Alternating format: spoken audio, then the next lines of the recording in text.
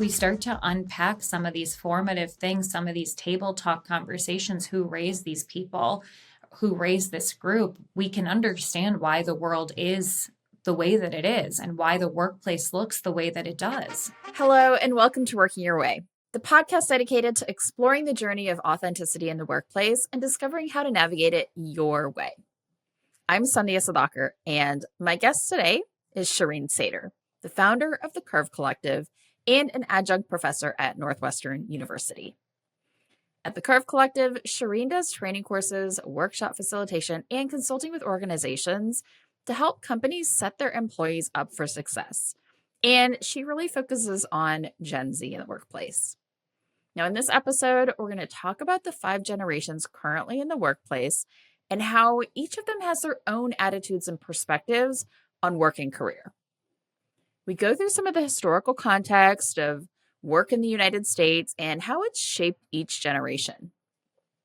And then we break down some of the most common stereotypes that you might have heard about Gen Z and the workplace and talk about what companies and managers can do differently to set their employees and the business up for success with this generation that's going to make up more than 25% of the workforce by 2025.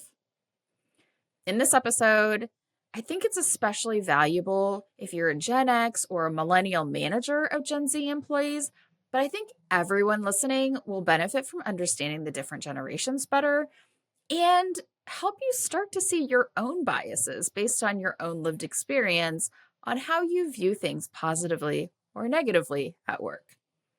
I know you're going to walk away from this episode with lots of aha moments and some really big ideas on what to do next. So let's get into the conversation.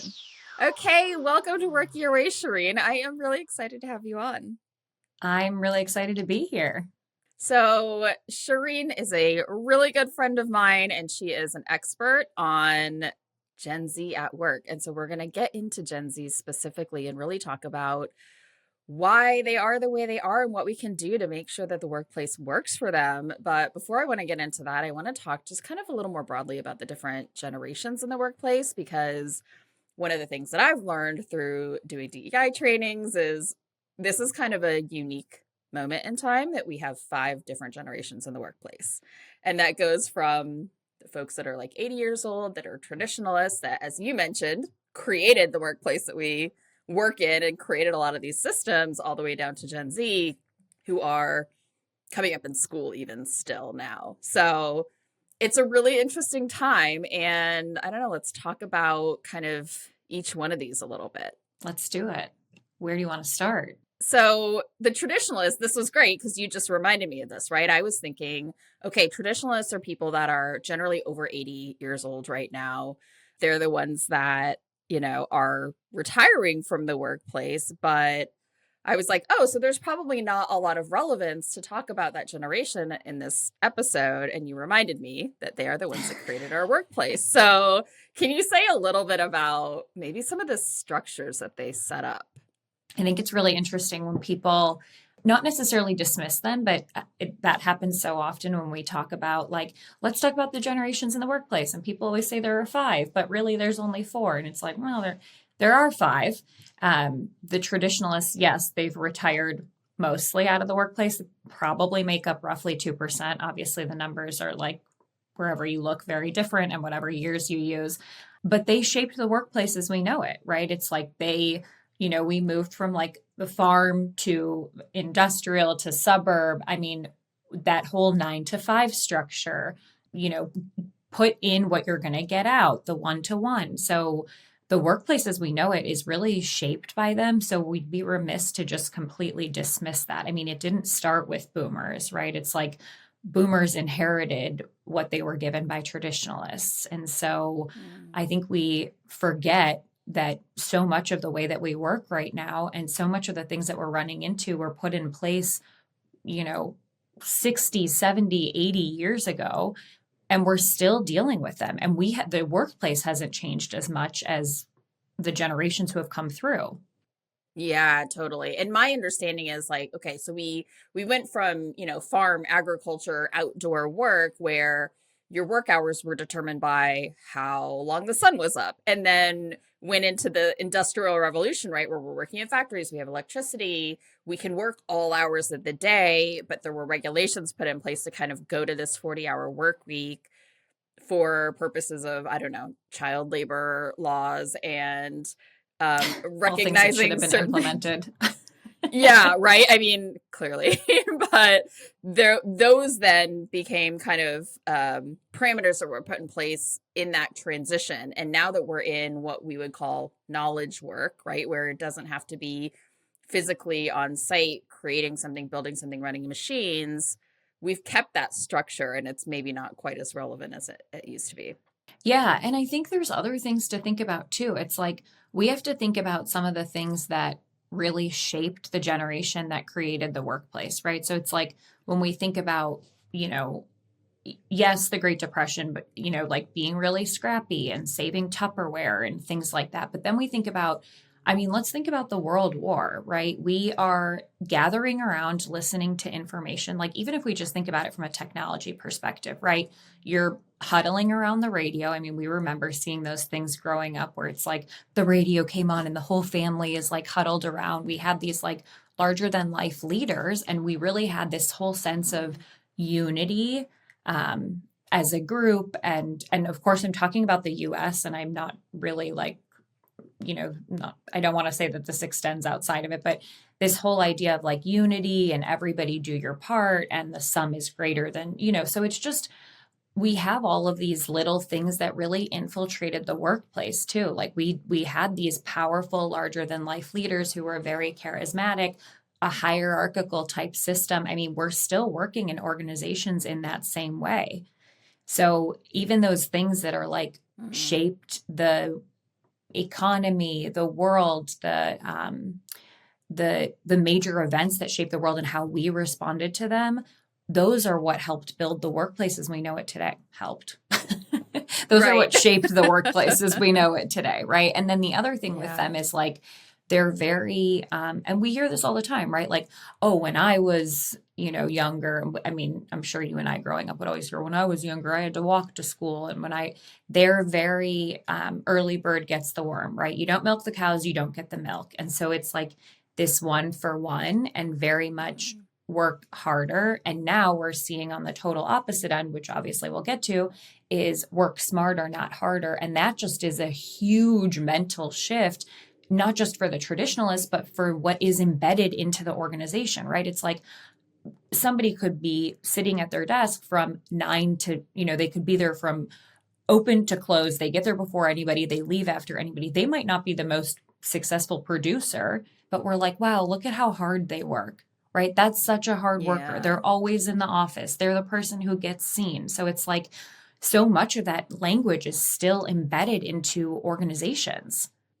Yeah, it's so true. And that impact and productivity often gets looked at as like how many hours you're working or the amount of effort you're putting in, not the outcome of that, not the creation of what you're doing.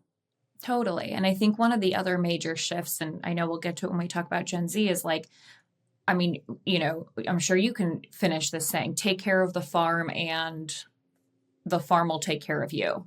Right. And even that is brought into organizations. It's like, do your best there and they'll take care of you. And we have this generation now that's like, we'll talk about the history that got them here, but they don't really view organizations that way. Right. It's like they saw their parents take care of organizations and the organizations didn't take care of them. And yet we still have this rhetoric on the other side that's like, work hard and it will pay off. And I'm not saying that's not the case, but it's like, we have to think about how deeply ingrained some of these notions, stories that like they pulled forward are still so rooted in organizations, even like startups, you know, even if it's just like, these are the things that we know.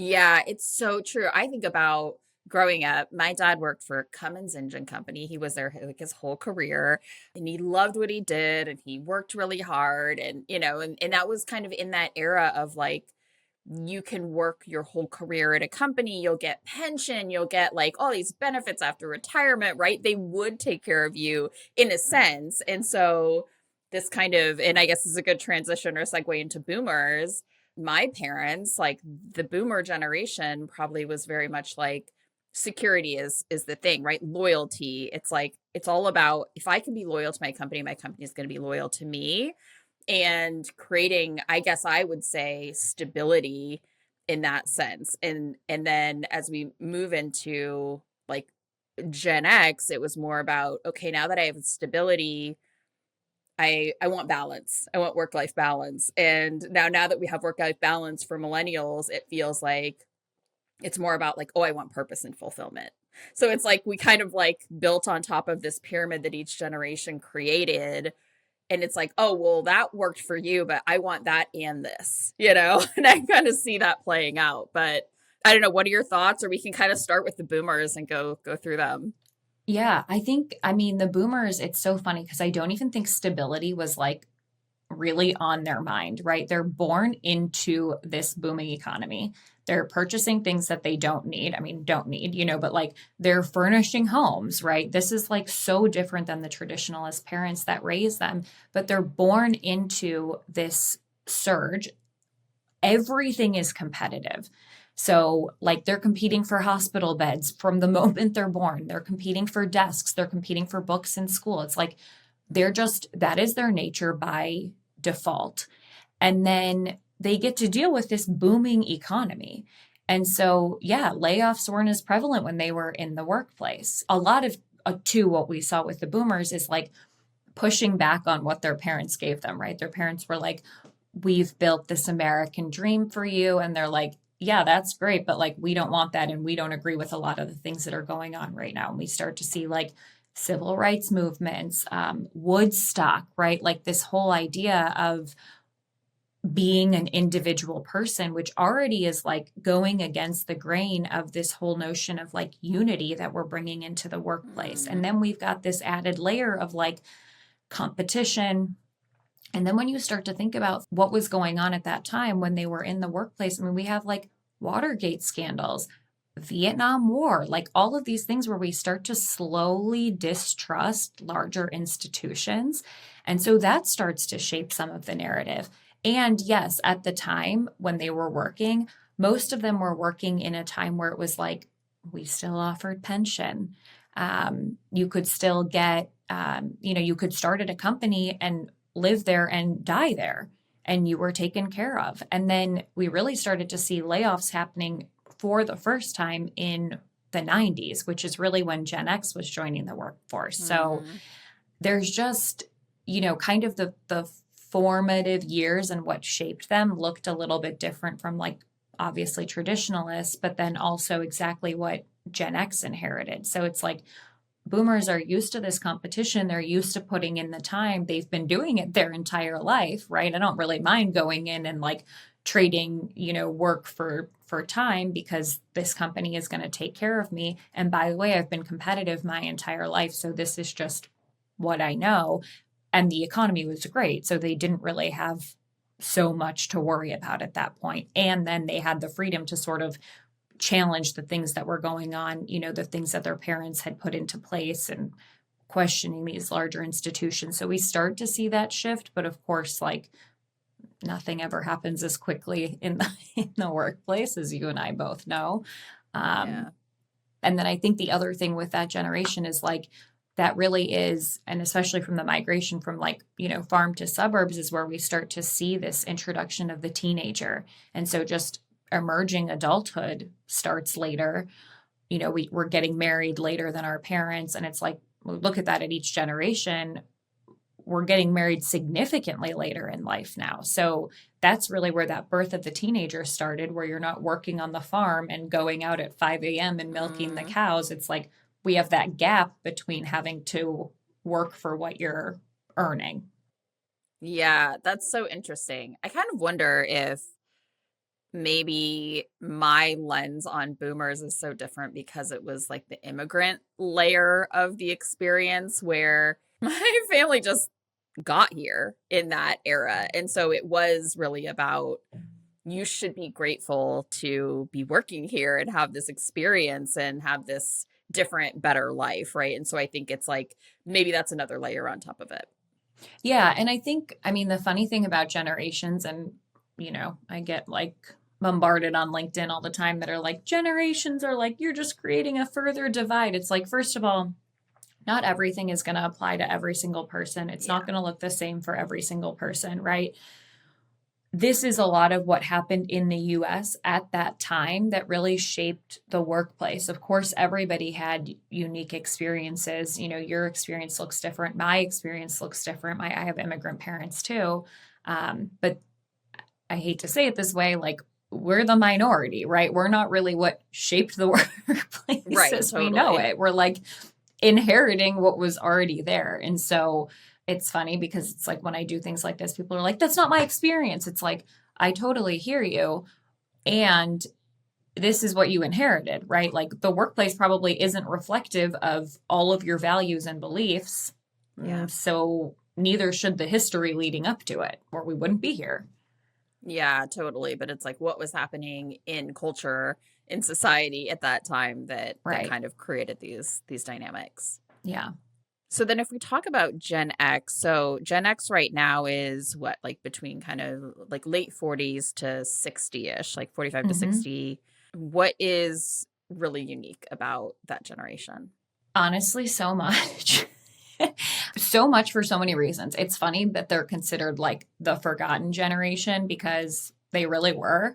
Just from like a family perspective at that time, this is the first time we're seeing like doubling divorce rates for boomer parents. This is when we start to see latchkey, right? And like after school care. This is really the first time that we have a generation where both parents might actually be working, right? And then we also start to see this shift in like missing kids, like kids on milk cartons, right? So we're starting to see like the world is not as safe of a place as we thought. And I think that really just shaped them more in the sense of like, they're realists.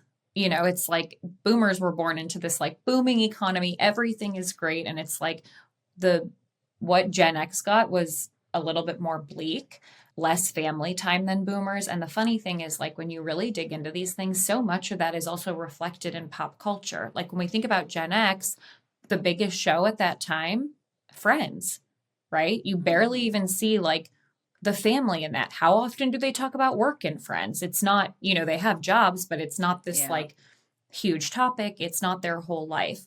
So Gen X is just like so interesting to me for so many reasons. But when they're entering into the workplace, right, they're entering in about the 90s, when they're graduating college, we have a first major recession.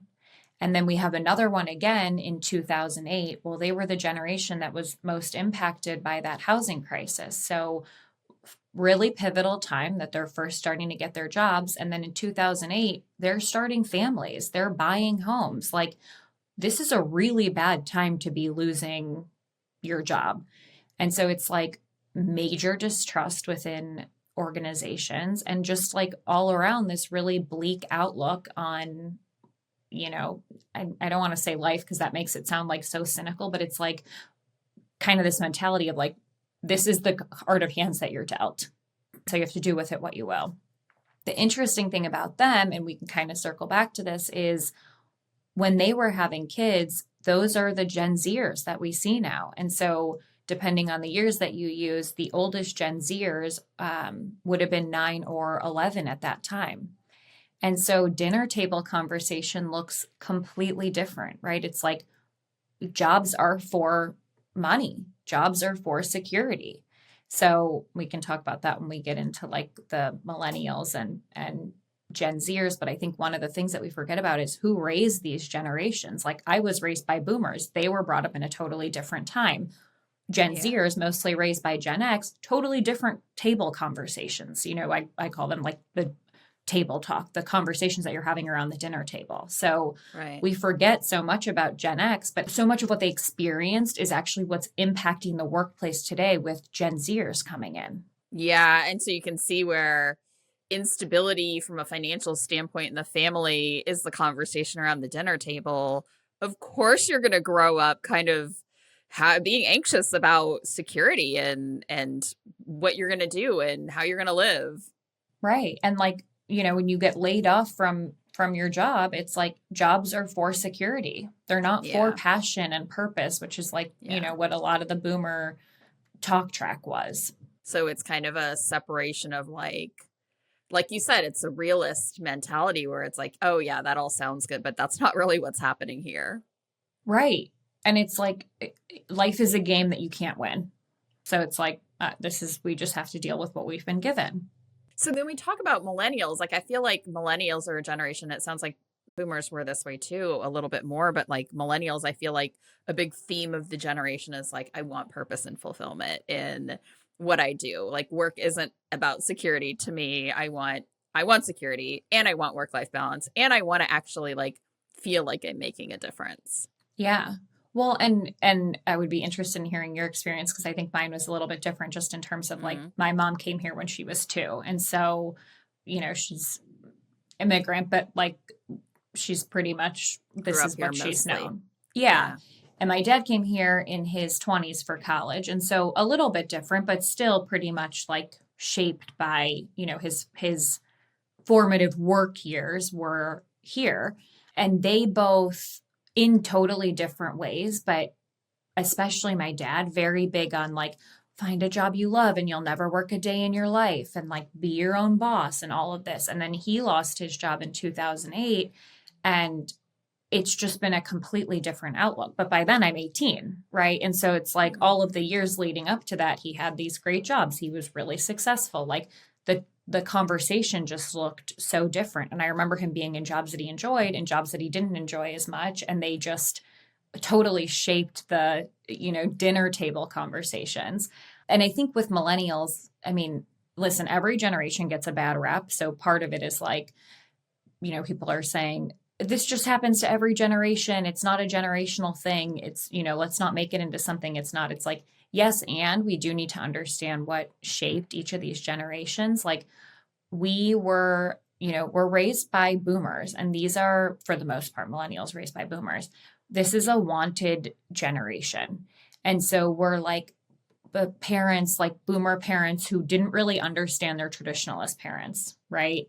They're like, I don't understand why you're, that way. We need more like individualism. They want to have a really close relationship with their kids. And so a lot of times millennials will be like, my parents are my best friends, which is really true for me. I know you're very close with your mom, it looks really different. And I think a lot of that the world again is a dangerous place at that time. And so we see a lot of boomer parents being kind of like program directors of like picking up their kids, driving them to this sport, driving them to this thing, being very like involved in their life, but still heavily, involved in work. And then we see a lot of like not wanting to hurt their feelings. So like getting trophies for everything. And we, one of the top things we hear about millennials is that they're sensitive. And I always joke, which is true. My sister was on a soccer team and she was 5. My dad was the coach, like 5 to 7. And I got a trophy at the end of the season for being like the best, like team, like assistant, or like coach assistant. I was 10. Trying to find something to give you an award for because we want you to feel good. But it's like, it's not like I had any other choice. Like I was 10. I couldn't stay home alone. I could, it's like I got dragged to these soccer games and then I was awarded for being like a great, assistant coach. So it's like that generation gets a trophy for everything. That was true for me. And same with this whole notion of like, find a job you love and you'll never work a day in your life and, all of that rhetoric. And we saw with millennials an increase in liberal arts majors.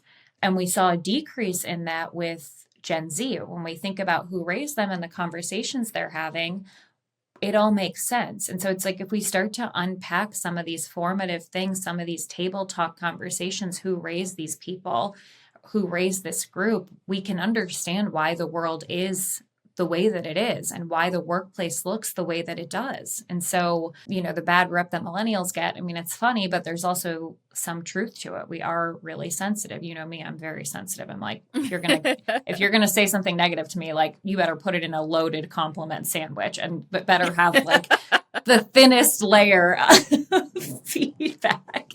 But it's, there's some truth to I hate the stereotypes. Right, right. I think the idea of like, okay, if we got, validated by our parents so much that like we need that kind of external validation and the recognition and and the praise and things like that. And so I wonder if that out of that was born the compliment sandwich, because I know as much as you're saying you want them, we know that that's a terrible way to give feedback. And I know that because we talk about this, but and I tell people that too in training, but I'm also like, if you're going to give me feedback after this, just put it in a compliment. Well, yeah, like do as I say, not as I want you to do for me, We're teaching what we need to learn here, okay?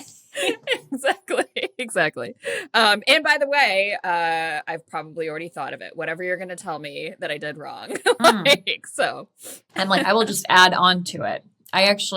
You're not going to say anything mean to me that I haven't already said to myself. So just don't worry about it.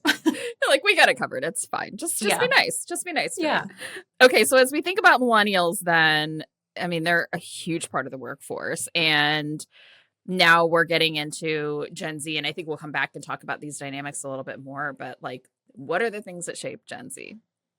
I mean, we already talked about how they were raised, what conversations they had around the dinner table. Are there any other like historical big moments, right? I mean, we talk about they were the Columbine generation and some of those things too. Yeah. I mean, they've never known a world without war, right? All of these like national crises. They also, everyone is like, we're talking more about mental health, and they care so much about mental health and separation of like mental health and organizations. And it's like, okay, well, let's talk about why we're talking about mental health more. One, this is the first time we've ever measured mental health. And so, to say that it's more prevalent is kind of like a difficult thing to say because we've never measured it before. So it's like, of course, when we're measuring something for the first time, it's going to be the most we've seen it when we're looking at it from a generational perspective. Yeah. It's not like it didn't exist. We just didn't talk about it. Right. So it's like we're talking about it more, but also so much of that I think has to do with this generation does not know a world without technology. Right. And so we're like, oh, they're so disconnected and they don't know how to have conversations. I'm like, okay, we can have that conversation in a bit, but you are growing up with a phone in the palm of your hand, right? And so let's think about how we were getting news through each generation. First, we're getting it on the radio. Then we're getting it, and maybe a day or two delayed. And then we're getting it, on TV, maybe a day or two delayed. And then when we were growing up, there was no DVR, right? So it's like, you didn't catch the 6 o'clock news. You didn't catch the 6 o'clock news. And now it's like, they are streaming every single thing in the palm of their hand. Not only that, but they're live streaming it. So it's like, you want to know what's going on in other parts of the world? I can literally watch it live in the palm of my hand. And the world is a bleak place. So it's like, of course they have mental health issues. Look at what they've been born into.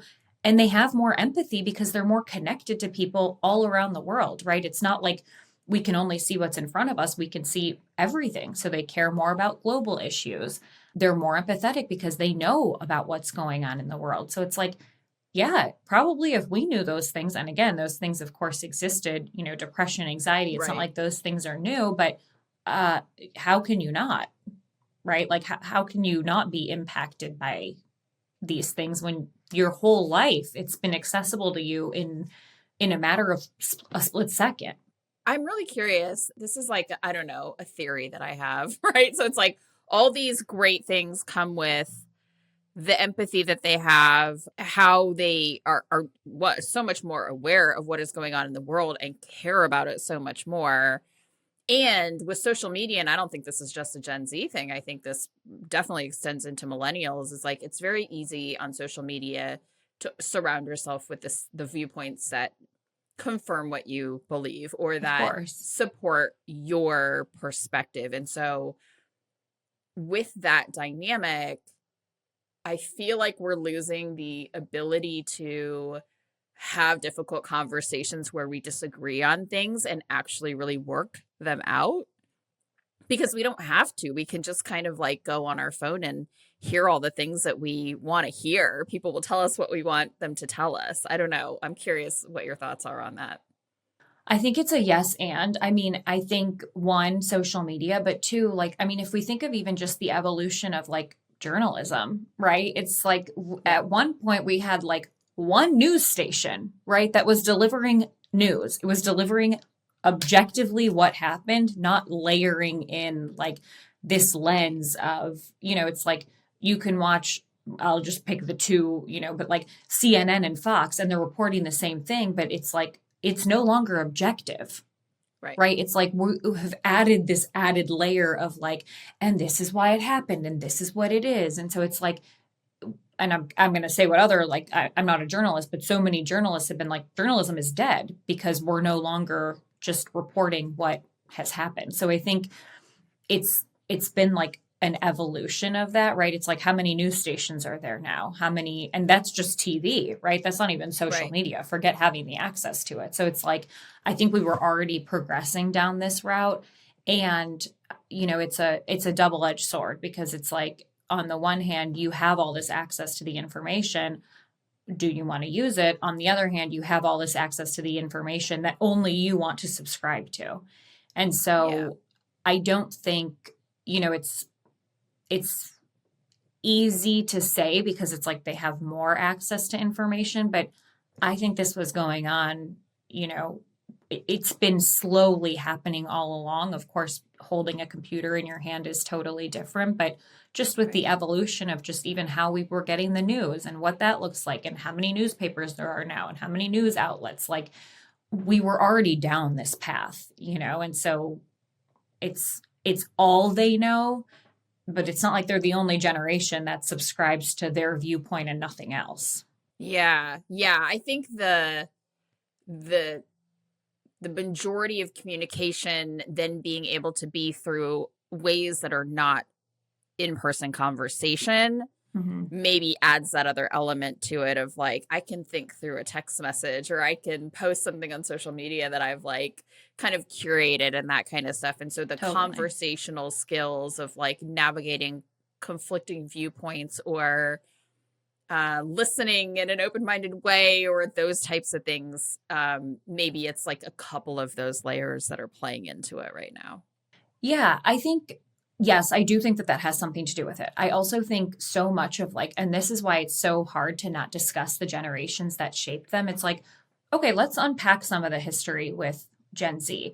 They've worked less than any generation in history. Okay, well, why is that? Well, their parents were like, focus on the grades so that you can get the best job. Well, first focus on the grades so that you can get into the best college, and then Yeah. focus on the grades so that you can get the best job. And so they've worked less than previous generations. I've been working since I got a car, and I worked in customer service jobs where it's like the customer would come in and be like so mean for no reason because they were having a bad day, or I would have to tell my boss something. My boss doesn't care. They don't want me to call them and be like, somebody was mean to me. So it's like these little things that you pick up along the way, right? And we're like, oh, what does working in like a movie theater have to do with anything? Or what does working in McDonald's have to do with anything? It's like actually has to do with everything because Yeah. Yeah. you and I both know people are mean for no reason sometimes, right? Like they pull through the McDonald's drive-through, they had a really bad day, they're taking it out on you. A lot of them have not experienced this before. So, like, they are doing this for the first time in your workplace. And, as a professor, too, the longest they might have ever dealt with conflict is in like a group project, which I'm not going to downplay, those are difficult. You have a mediator, Yeah. right? I know as a professor, you have a mediator because I've served that role, right? And like, just getting emails of like, this person isn't fulfilling their responsibilities. It's like, you can't do that in the workplace. I mean, I'm sure you and I have both had those conversations with bosses where it's like, I'm working with this person and they aren't meeting expectations. And, hopefully a good boss will be like, have you had that conversation? But with what skill Yeah. set? It's like Yeah. they don't know that you're, the people they've worked with for the longest period are what, let's call it a quarter, 10 weeks, and you have a mediator and a light at the end of the tunnel. And so it's like, Yeah. there's all of these other things that play into it where it's like they don't know how to like deal with conflict. It's like yeah, part of that maybe is social media, right? Of like, and just texting and all of that, like everything that you're saying. And there's more to it. And we have to look at why have they worked less than previous generations, right? And it's like, by the way, if you can get the grades and you can get a scholarship, right? You're saving me Yeah. money. I'd Yeah. prefer that you do that and be able to land on your feet. So we see, even with them, an increase in STEM majors. There's this emphasis on education. It's like all of these things that play into like, how did they get to be the way that they are? If we unpack it, I mean, and this is, you and I are both like data junkies. It's like, let's look into why they are the way they are. This isn't this isn't random. Yeah, totally. I mean, one of the statistics that is in your report, which we're going to link as a resource here, and we'll talk more about it, is only 20% of Gen Zers in the workforce had like even a part-time job before they full-time went into the workforce after Yeah. college. Like that shocked me because I think by the age of 22 when I graduated college, or 21, I had had at least 7 or 8 part-time jobs in my life, like Yeah. along the way, right? Starting at like age 12. So it's shocking because yeah, we don't think about the context, right? I mean, this is like the crux of everything you do. I think in my experience, like, yes, I grew up with boomer parents, but they were very much like my dad was like a lifer at this company and it was, he loved his work and he was super loyal and all of those things. And so I saw a parent that loved their job and found a lot of passion and purpose in their work. And I was super independent. So I worked as much as I could. I just wanted to. And then I had a boomer manager who said, like, coming from that competitive, like, right, if he was coming from a place of you got to compete, you got to earn your place here, you got to like work harder than the person next to you. I came in with so much context because that manager was like, here's how you show up to meetings, you have to do your expense reports at this time, he gave me so much context about how I was supposed to operate in this system. And oh, by the way, I was working in an office, so I could observe people and pick up the context clues. And as we strip away like all of these layers of that, and we say, like, why doesn't Gen Z know what they're supposed to do? And why are they showing up to a meeting without a notebook? And like all these things that are kind of just like, oh, it's basic information for me. It's like, no, it wasn't basic information for me. Like I got 1,000 opportunities to learn it before I sat down at my first meeting when I joined the corporate world. Yeah. Yeah. And even in like babysitting, it's like before, like before I had a car, my parents would drop me off at my like babysitting gig and then the parents would drive me home or whatever it is. It's totally. Like, even then it's like you're dealing with like kids. Okay, fine, whatever. Kids are kids.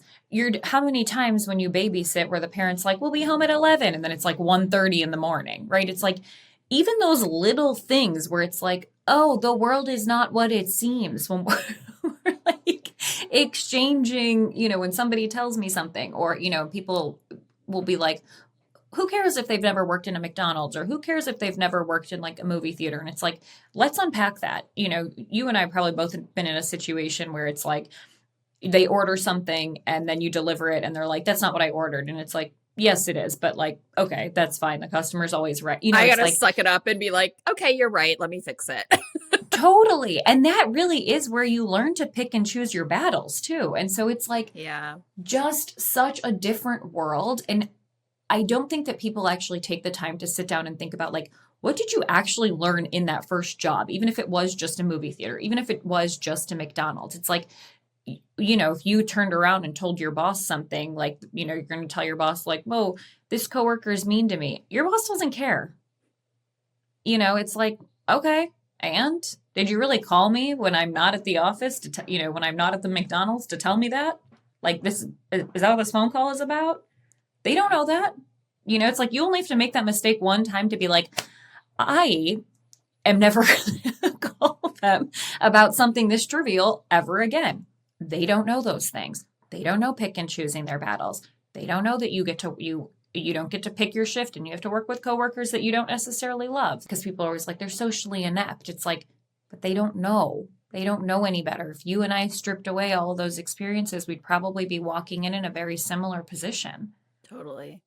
Totally. The set of assumptions that we come into the workplace with is so different, right? I am assuming that I need to do certain things. Whereas if you come in and you don't have, nobody told you that, how are you supposed to know? And I think that kind of comes to the point of like transparency, right? Which is something that you talk about a lot. It's like setting clear expectations and being like very open, and not even just being open, but like almost over communicating the things that you think might be a given in order to set Gen Z up for success. Right. You have to assume with them, nothing is a given.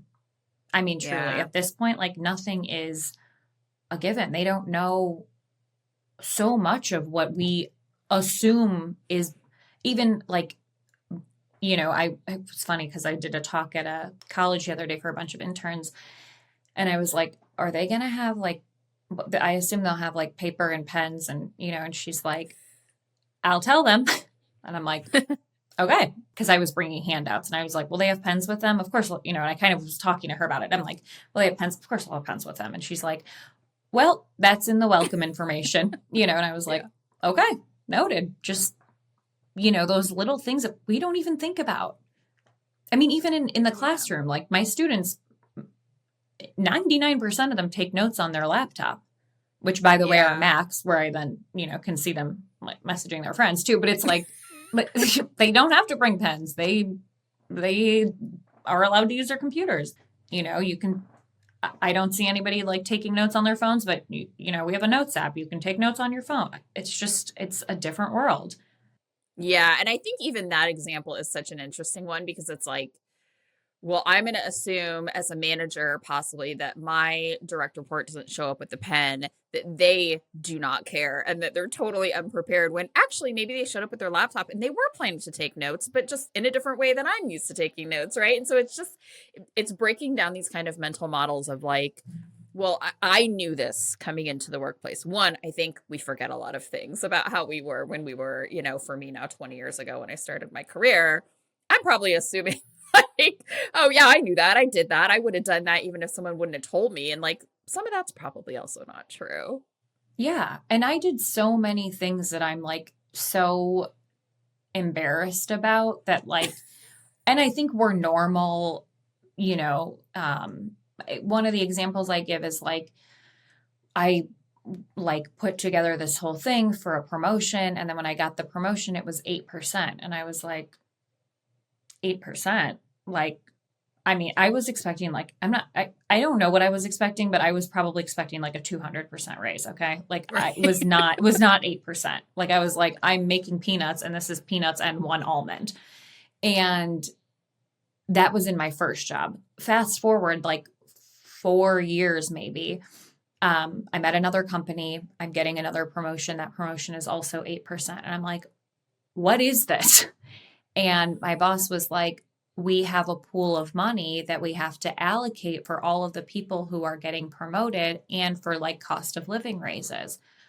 I genuinely, until I was like, I don't know, let's call it 28, I thought that money was like being pulled arbitrarily out of the sky. Like it did not even remotely occur to me that there's like a pool of allocated funds that they then have to distribute. It's like, and even my first boss didn't tell me that. Like I didn't learn that until 10 years into the workforce. It's like, oh, that context is actually really helpful because I thought that you guys were just like plucking numbers out of the sky. Yeah. I mean, had she never told me that, I don't know that I would even know that now. That's a great segue into like, okay, so one of the biggest complaints for managers of Gen Z employees is they're kind of entitled or out of touch with what they deserve in terms of like promotions and rates, and they're asking for the world and they're not delivering kind of on the basics. So where does that play in, or how would you navigate that? I think one of the things is like, first of all, just even in the interview process, like you can never give enough information. And I think a lot of the times what we're seeing now too, and I promise this will connect, is we're seeing a lot of Gen Zers starting jobs and then leaving immediately. Well, they're sold a lie, and you and I have probably been sold a lie before, right? You go into this interview and you're like, oh, it's all like roses and, like butterflies, and it's so lovely here. And my job is going to be so strategic. And then you get in the door and it's like, oh, your job's actually extremely tactical and requires no brain power. And it's like, okay, then tell them that. One of the bosses I had, one of the things I really appreciated is she would never sell anybody a lie. Like when we went into a meeting, when we went into an interview, she'd be like, listen, this job is like 85% like data entry, tactical, and then you work your way up. And I was like, wow, what a breath of fresh air. That's not what I was sold. I took the job and I worked my way up. I probably would have taken the job anyway, but I think it would have helped to level set expectations. And so Yeah.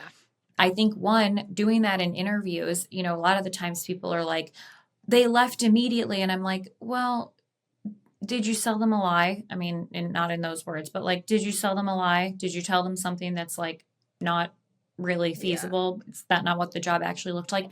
They don't care.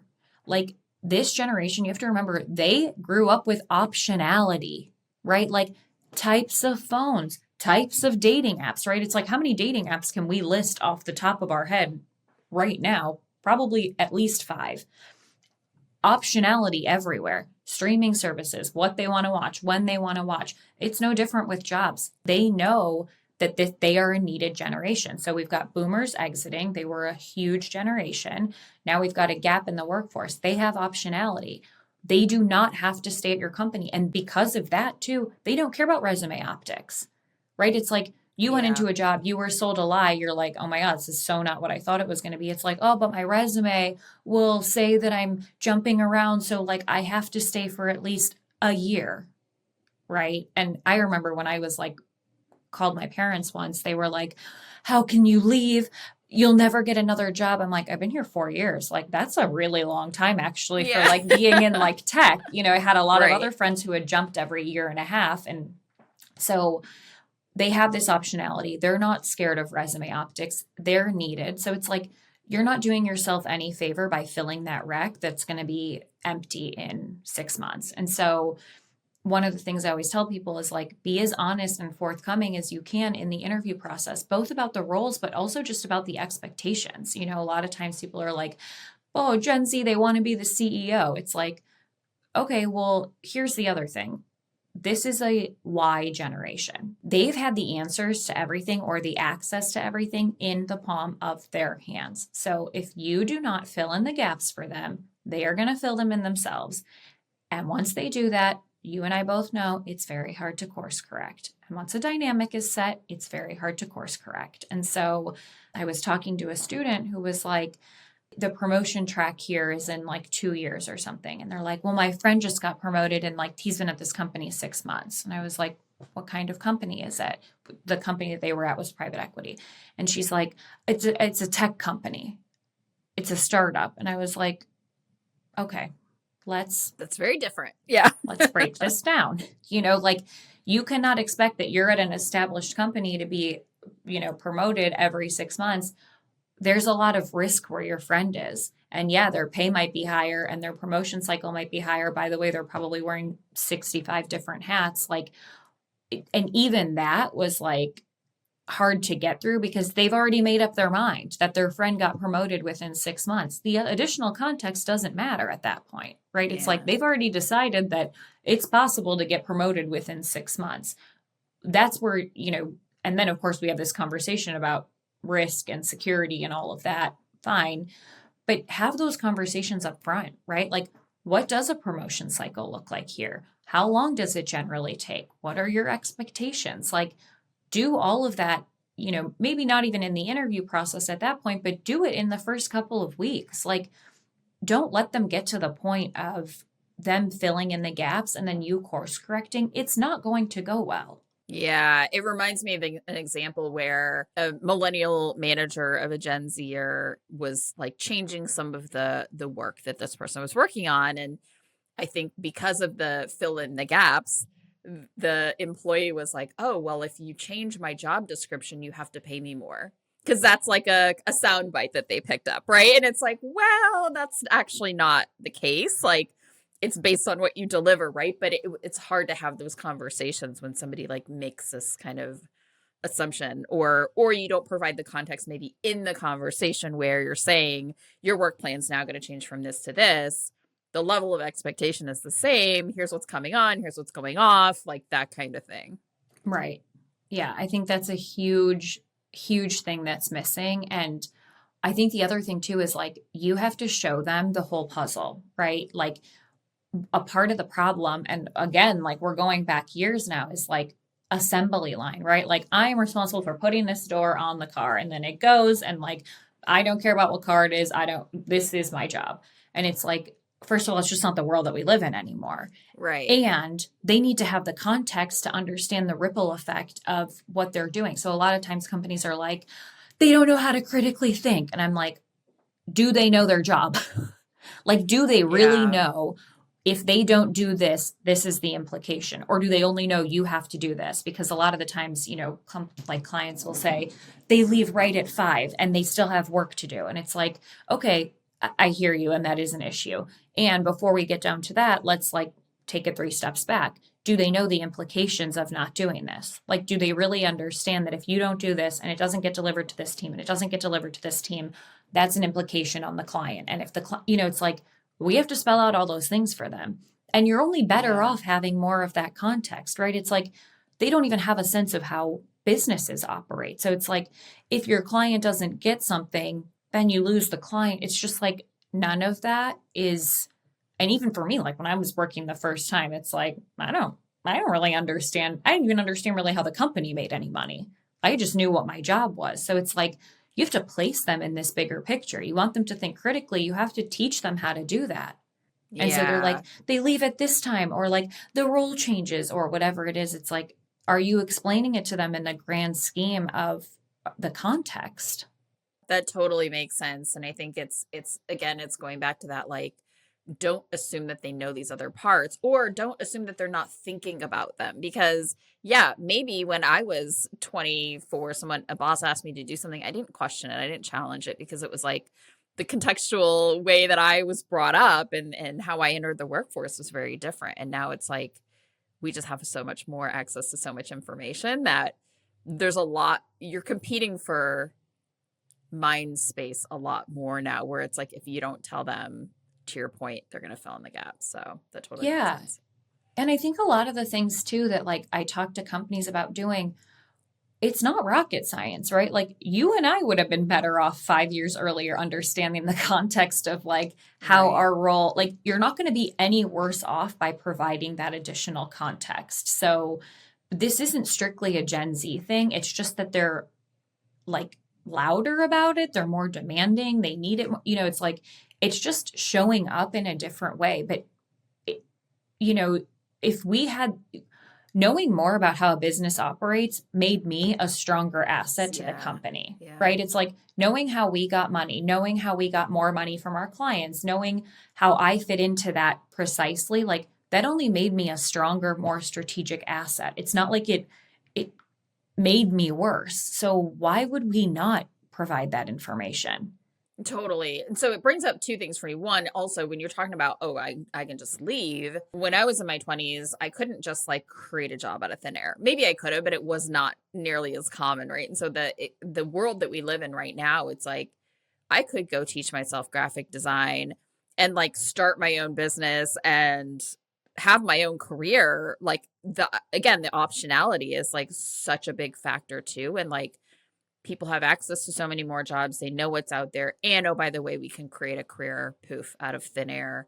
And so the companies, if they want to have people to work there, are going to have to adjust, right? And so it's this idea of like, well, we didn't have to do that before. And so we can go kicking and screaming and digging our heels in as a company to say, that's not our job to explain all of these things or make sure that they understand this or whatever. But at the end of the day, do you want to set your future up for success, because these are the people that are going to be working in your company? And like, it's just that shift of the mindset, right? Of we shouldn't have to do this to like, if we want to be successful, we have to do this. So now how do we reallocate resources and find ways to create this skill set or this knowledge base that needs to happen for a Gen Zer to show up and do their job well. Right. Well, and it's like in theory, companies can do anything.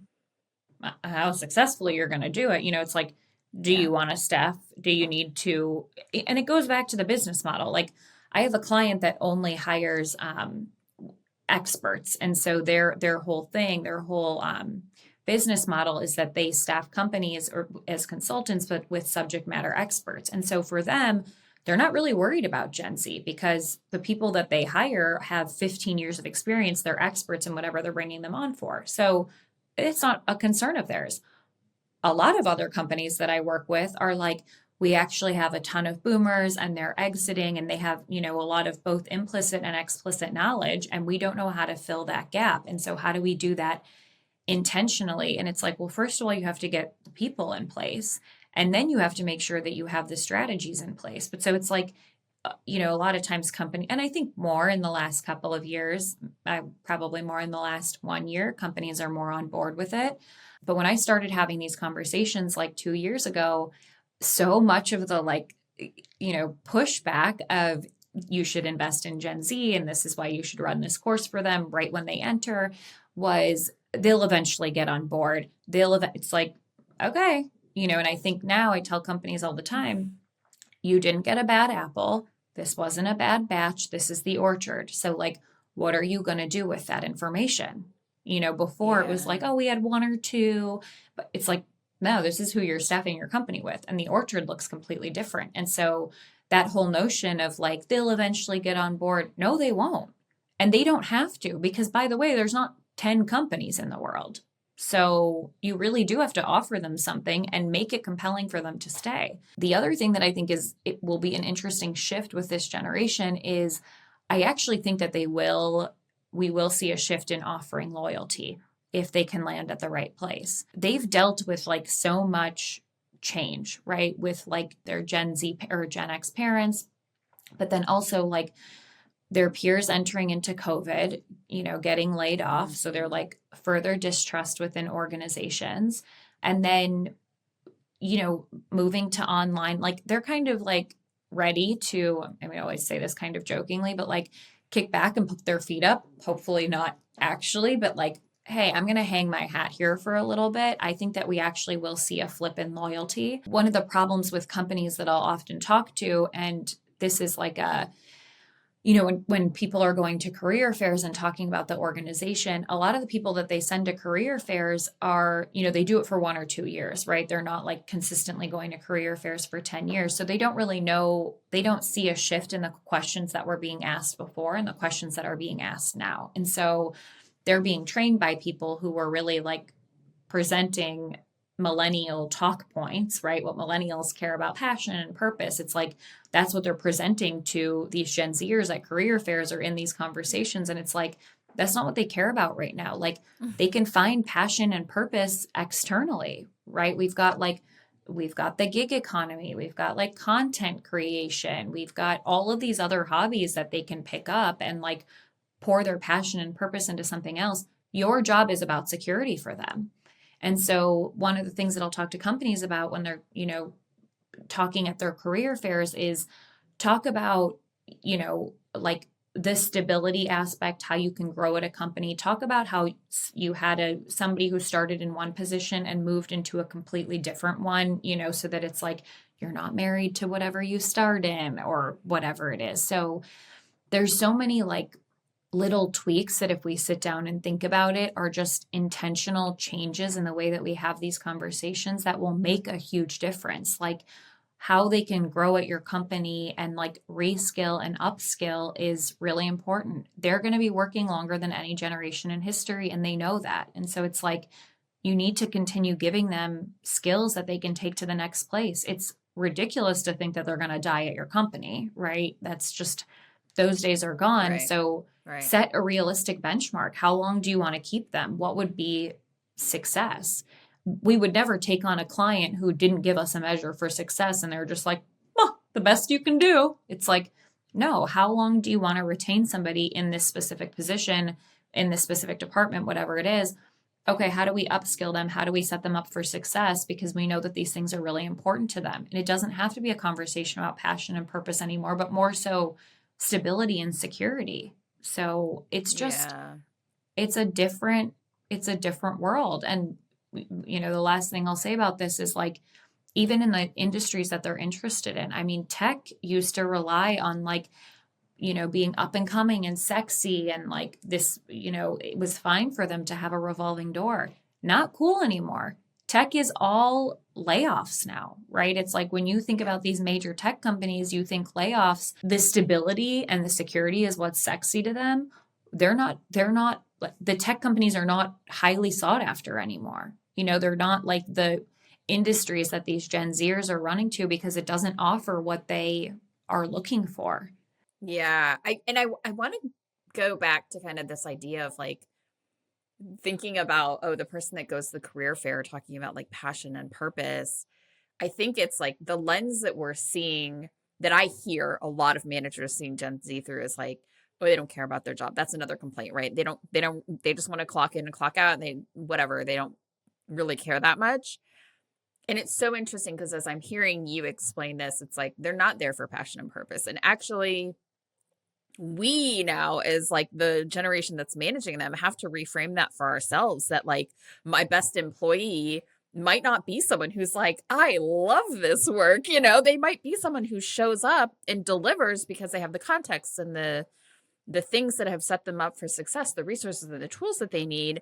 They may just come in and they're never going to have like this life purpose tie to what they're doing, but that doesn't mean that they're not going to be an amazing employee. And so it's like we have to reframe the lens that we see the positive things through, these things that had these positive connotations about like staying late and loving it and all these things. It's like that doesn't make the best employee. Like, let's actually just like break down all those kind of natural biases that we do have around what we want in an employee and actually think about, okay, if I give this person the right tools and context, they will be here, they will deliver, and they will be reliable and loyal to this company, and to me as a manager, to the work that we're doing.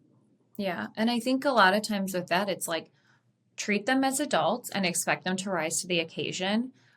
But in a sink or swim, it's like so much of what companies rely on is this notion of sink or swim. I didn't want to, no, I don't think any of us want to work for a sink or swim company, right? It's like sink or swim, but we give you the tools to swim. If you then don't swim, that's a different issue. But if it's Yeah. sink or swim and we don't give you the tools, like shame on the company. That's a company issue. Yeah. So true. like give them what they need to rise to the occasion, treat them as adults and expect them to act as such. And then if they don't, let's course correct. But that requires checking in with our own biases, right? And like rethinking how we shape some of these conversations, or, when they come to a meeting 2 minutes late, this is one of the examples I'll use in a workshop. It's like, if you've got, I don't know, let's call it a Gen Xer who's in a meeting and their peer, a Gen Xer, comes in 2 minutes late with a steaming cup of coffee. We're always like, oh, they're like, I'm sorry. They're like, oh, it's fine. That 2 p.m. feeling, we all need that like kick of caffeine. It's like when your Gen Z coworker does the same. It's like, they don't value anybody's time. They're so rude. They're so empowered. It's like, it's the exact same situation. It's just this like lens that we have on it. And so how do we question also what's coming up in us as managers to figure out Right. how to challenge ourselves so that we can also rise to the occasion, because we're doing ourselves a disservice, especially as a manager. Would you make the same assumptions about someone else that did the same thing that this Gen Z employee did? It goes both ways. Like when we'll use the other example, like Gen Z, if we're on Zoom and a Gen Z peer joins and they're on mute and you're like, oh, you're on mute. And it's like, well, I know it's funny, like that stuff happens. But when it happens to like a boomer, it's like, of course they're on mute. It's like exact same situation, totally different reaction. Like we can empathize with one person, and on the other one, it's like, oh, you confirmed my bias that you don't know how to use technology. So it's just like, it's just so funny when we unpack some of these things. Like we have so many biases that we bring in. And so as managers, challenging that and leaving those at the door, learning how to leave those at the door. Yeah, yeah. One of the other things that I really want to talk about is the idea that companies, there's a really great ROI right now for companies to invest in emotional intelligence development, because we now have, we do have this generation that cares a lot about their mental health. They're maybe struggling a lot more than generations in the past because of everything that they lived through. They have a lot more emotions that they're bringing to work because they value authenticity and inclusion and being individual and all of those things. And so this is, I know, presented a challenge for a lot of managers to say, oh my gosh, I don't know how to deal with all of these emotions, or I feel like my one-on-ones or therapy sessions, or, all of those types of things. And I think what I see in that is like that shift of mindset of like, it maybe isn't necessarily a company's job to develop the emotional intelligence of their people, but if you make the choice to do it and invest in it, it's going to come back tenfold in terms of like how effective people can be and how well that they can collaborate. And this goes for everybody, right? We all need to do it. I just think that some of us in older generations mask it more. and now it's like, how do we actually like integrate teaching those skills of how to communicate, how to understand yourself, how to regulate your emotions in the workplace, where we didn't see it as the job of the workplace in the past. Nothing is really a company's responsibility, right? Except that you provide a paycheck when you say you're going to provide a paycheck, and everything else Right. is like, it's not great. Not many of those companies are like, they don't have very high employee scores. They probably have higher attrition. It's like, if you want to have that relationship, then you need to make it a relationship. It needs to be this like two-way street. You can't be worse off having a higher EQ score, right? And really like what EQ is, if we boil it down, is it's like understanding somebody else and communicating with them in an effective way.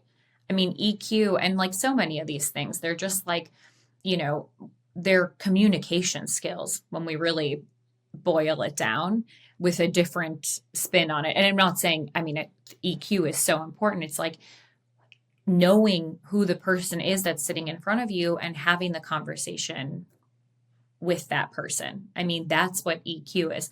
That is going to be a valuable skill anywhere. It's going to be a valuable skill with your direct report. It's going to be a valuable skill with the person above you. It's going to be a valuable skill with your clients.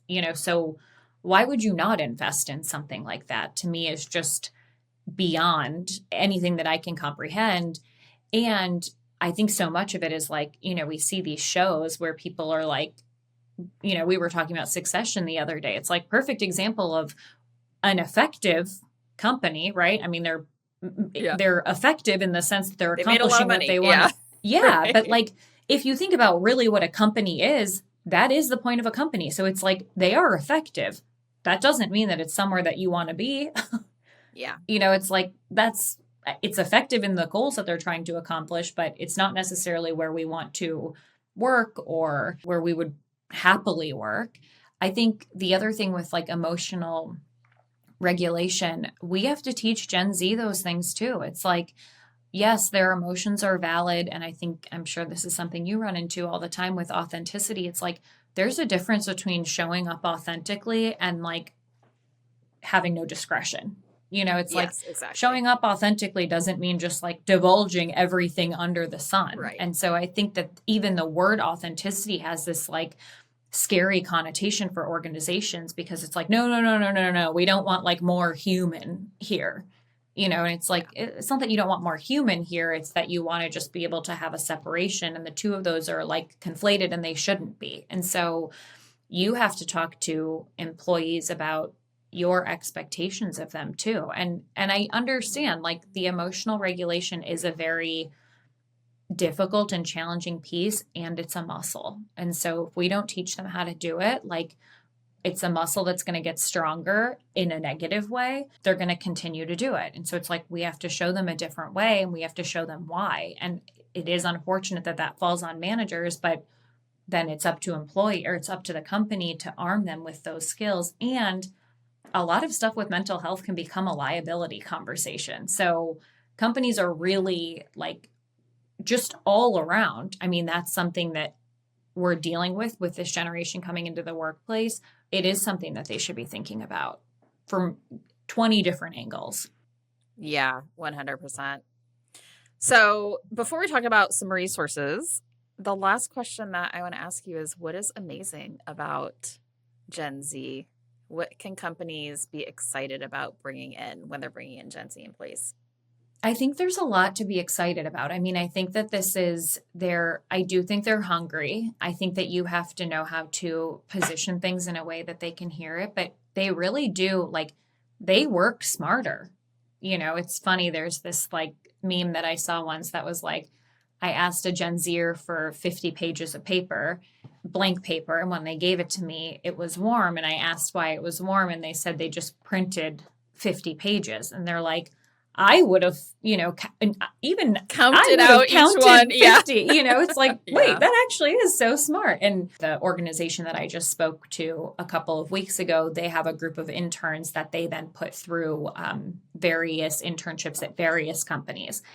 And the woman who runs it was telling me that the companies have been so impressed with the interns. Like they gave them, I think last year, one of them gave a project that they anticipated taking the whole month. They did it in 3 days. And He's like, I was blown away. And I had no other work to give them because I was like, oh, this will take them the entire month that they're here. And so it's like, they really are learning how to work smarter. If we can find a healthy balance, and it's unfair to say that everyone has no emotional regulation, but it's like, okay, what if we do have a little bit more empathy in the workplace? Right. I think that that's something that we should be bringing into the workplace. Every great relationship I've had with managers have been the ones that have empathy. And so maybe we, shift a little bit in that direction. That would be great for us. Yeah, that's so true. I mean, I think the creativity, the innovation, the how to leverage technology in better ways to drive better business results. And then this generation that values individuality and self-expression, to find ways to make more inclusive environments, to find ways to bring more humanness into the workplace and balance it with how do we get things done, right? To your point of we need to be authentic at work. And that does not mean we spill everything about our life every day and experience every emotion out loud in a meeting, right? And so how do we find that balance? But I would argue that we can use what they bring to the workplace because we do need to chill out a little bit and be a little more human and find that kind of more empathetic, inclusive place to be. So yeah, and all of that needs to be done with intentionality. It's not just going to happen. That's what we've been doing for the last 3 years is expecting these pieces to fall into place. It won't. And then we've got boomers exiting the workforce faster than we anticipated. So it's you have to be really intentional about setting up that transfer of knowledge, leveraging both, all of the generations for the strengths that they bring, and obviously each person is unique, but it's imagine how wonderful that could be if you marry those things in an intentional way, the turnaround that you'll see. And it really is a go slow to go fast approach. I understand that. I understand that that's often difficult for companies to think about from a proactive perspective, but you will be 10 times better off because you're going to have to do it. Either you're going to do it when it hurts or you're going to do it now. So it's not that you're going to get away without doing it. You're going to do it because of the pain, or you're going to do it because you want to be proactive about it. Yeah, get ahead of it, and instead of having to, like you said, course correct so much, which is so much harder. Right. And with anything, right? It's in any even relationship with two people, once the dynamic is set, it's really hard to course correct. And so it's everyone, this isn't just Gen Z. This is I don't care if you're onboarding a boomer. Everyone is better off with more context, right? You're not going to get less by providing more. So it's I understand when sort of the LinkedIn trolls come out and they're this isn't exclusive to Gen Z. I'm I agree with you, actually. They are louder about needing it, so the things that they're asking for in organizations, all of us would be better off having. At the end of the day, that is the meaning of equity, right? In the workplace is how do we design for the folks who need the most resources in whatever area that is, and it's going to benefit everybody. Right. Yeah, we design for the outliers that will benefit the majority. And right now, they happen to be the outliers. Oh, very soon they're going to be the majority. Yeah, it's exactly. Well, if you don't want to get on board, okay, in theory, you don't have to do anything. Let me know how that pans out for you in 2, 3, 5 years. Yeah, great. So I'm going to link an article that I found that I think is just really helpful on giving the different generations and what year they were born and some of the elements. And then we'll also link your Rethinking Gen Z report in the show notes, because Shereen has put together this incredible report. It's got a ton of statistics, a lot of what we talked about in terms of the historical influences and the way that Gen Z was raised and what to go do about it is in there. Yeah. Amazing. And I would say the one other resource is Sticking Points by Hayden Shaw is a really good book on generations in the workplace. And that source is in the report. But if anybody's interested in learning more and some of those, table talk, that's all in his book too. Perfect. We'll link that in the show notes also. Amazing. All right. Well, thank you so much for being on. There was a ton of great information in this. I feel like I got a good history lesson at the beginning of it. So I love it. Thank you for having me. It was so fun. You're welcome.